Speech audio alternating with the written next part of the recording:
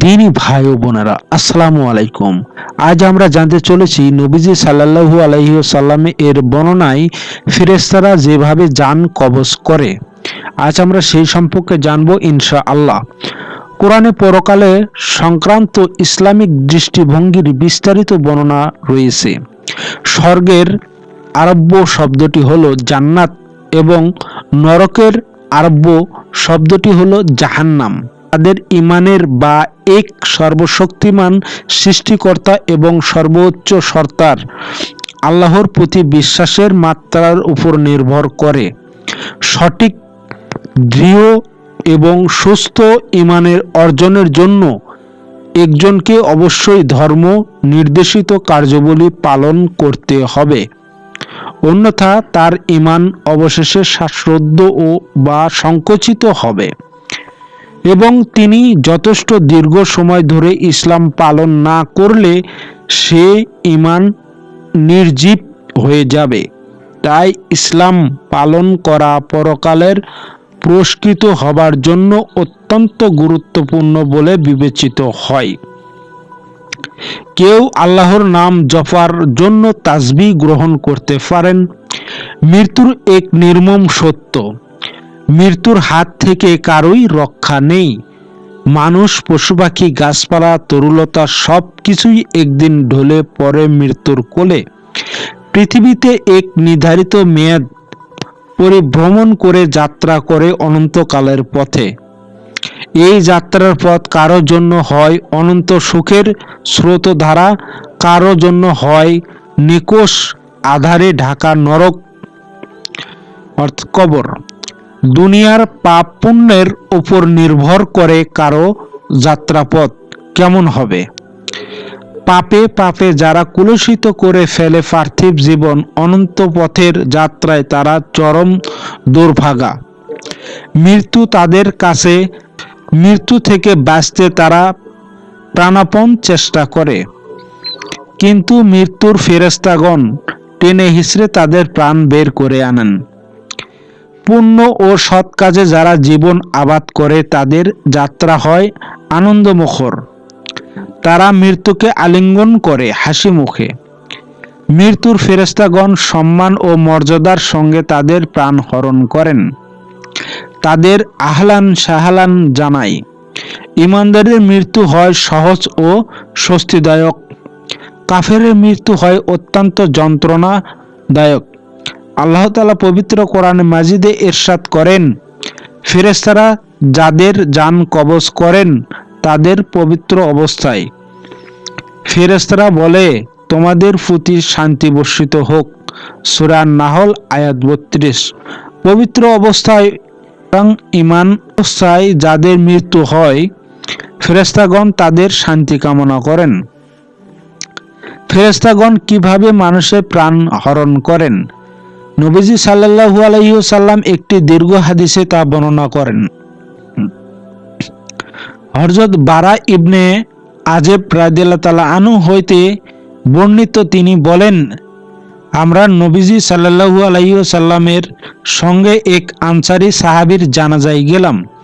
আমরা কবরস্থানে পৌঁছলাম, তখন কবর প্রস্তুত হয়নি।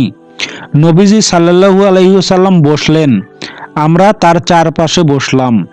আমরা এতটা শান্ত স্থির ছিলাম যেন আমাদের মাথার উপর পাখি। নবীজির হাতে একটি লাঠি ছিল, সেটা দিয়ে তিনি মাটিতে দাগ কাটছিলেন। তারপর মাথা তুলে তিনি বললেন, তোমরা কবরে আযাব থেকে আল্লাহর কথাটি 2 বার বা 3 বার বলেন। তারপর বললেন, নিশ্চয় ঈমানদার বান্দার যখন দুনিয়া থেকে বিদায় নিয়ে পরকালের পথে যাত্রার সময় ঘনিয়ে আসে তখন উজ্জ্বল চেহারা ফেরেশতাগণ তার কাছে নেমে আসেন। উজ্জ্বলতায় তাদের চেহারা সমূহ যেন এক একটি সূর্য। তাদের সঙ্গে থাকে জান্নাতি কাফন ও জান্নাতি সুগন্ধি। তারা তার কাছে বসে পড়েন। তারপর মৃত্যুর ফেরেশতা আজরাইল আলাইহিস সালাম এসে তার মাথার পাশে বসে বলেন, হে পবিত্র আত্মা, আল্লাহর ক্ষমা ও সন্তুষ্টির দিকে বেরিয়ে এসো। নবীজি সাল্লাল্লাহু আলাইহি ওয়াসাল্লাম বলেন, তারপর পাত্রের মুখ থেকে গড়িয়ে পড়া ফোঁটার মতো তার আত্মা বেরিয়ে আসে। আজরাইল আলাইহিস সালাম আত্মাকে বরণ করে নেন। আজরাইল আলাইহিস সালাম হাতে নেওয়া মাত্রই চোখের পলকে অন্য ফেরেশতাগণ সেই আত্মাকে সেই জান্নাতি কাফনে ও সেই জান্নাতি সুগন্ধিতে রেখে দেন। তার থেকে মেশকের উত্তম সুগন্ধি ছড়িয়ে পড়ে, যা জমিনে ও অনুভব হয়। নবীজি সাল্লাল্লাহু আলাইহি সাল্লাম বলেন, এরপরও তারা সেই আত্মা নিয়ে আকাশের দিকে ছুটতে থাকে। যখন ফেরেশতারা কোনো ফেরেশতার দলের পাশ দিয়ে অতিক্রম করেন, ফেরেশতারা দল জিজ্ঞেস করে, এটা কার পবিত্র আত্মা?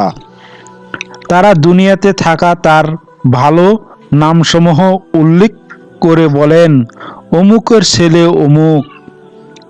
এভাবে প্রত্যেক আসমানের নৈকট্যশীল ফেরেশতাগণ তাদের অভ্যর্থনা জানিয়ে পরবর্তী আসমানে বিদায় জানান। এভাবে সে সপ্তম আসমানে পৌঁছে যায়। তখন আল্লাহ তাআলা বলেন, আমার এই বান্দার আমলনামা ইল্লিয়িনে রেখে দাও এবং তাকে দুনিয়াতেই ফিরিয়ে দাও। নিশ্চয় আমি তাদেরকে মাটি থেকে সৃষ্টি করেছি এবং তাতেই ফিরিয়ে দেব এবং তার থেকে দ্বিতীয়বার বের করে আনব। নবীজি সাল্লাল্লাহু আলাইহি ওয়াসাল্লাম বলেন, তারপর তার রূহ তার দেহে ফিরিয়ে আনা হয়। এরপর তার কাছে দুজন ফেরেশতা আসেন। তারা তাকে বসান, জিজ্ঞেস করেন, তোমার রব কে? সে বলে, আমার রব আল্লাহ। তারা আবারও জিজ্ঞেস করেন, তোমার ধর্ম কি? সে বলে, আমার ধর্ম ইসলাম। তারা বলেন, তোমার নিকট পাঠানো এই লোকটি কে? সে বলে, তিনি আল্লাহর রাসূল। তারা বলেন, তোমার জ্ঞানের উৎস কি? সে বলে, আমি আল্লাহর কিতাব পড়েছি, তার প্রতি ঈমান এনেছি এবং তার সত্যি বাস্তবায়ন করেছি। তখন আসমানে এক ঘোষণা দেন, আমার বান্দা সত্য বলেছে, তার জন্য জান্নাতের বিছানা বিছিয়ে দাও, তাকে জান্নাতের পোশাক পরিয়ে দাও।